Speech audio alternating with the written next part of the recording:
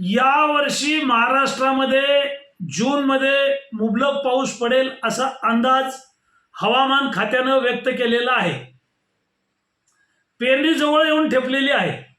मात्र मागच्या वर्षी दुष्काळ होता, शेतकऱ्यांची पिकं हातून गेली होती, शेतकरी मेटाकुटीस आलेला आहे आणि अशा परिस्थितीमध्ये जिल्हाधिकारी आहेत, DDR आहेत, कृषी अधीक्षक आहेत, यांनी तातडीने शेतकऱ्यांना राष्ट्रीयकृत बँका आणि जिल्हा मध्यवर्ती बँकेतून कर्ज उपलब्ध करून द्यावं।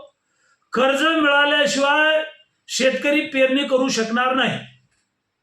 पेरणीसाठी योग्य दरामध्ये उत्कृष्ट चांगल्या दर्जाचं बियाणं उपलब्ध करून द्यावं, खतं औषधं उपलब्ध करून द्यावीत। योग्य दरामध्ये शेतकऱ्यांना बियाणं आणि खतं देणं आवश्यक आहे। एखाद्या सीड्स कंपनीनं बोगस बियाणं दिलं तर त्याची कारवाई सीड्स कंपनीवर व्हावी, डीलरवर व्हावी, सब डीलरवर व्हावी।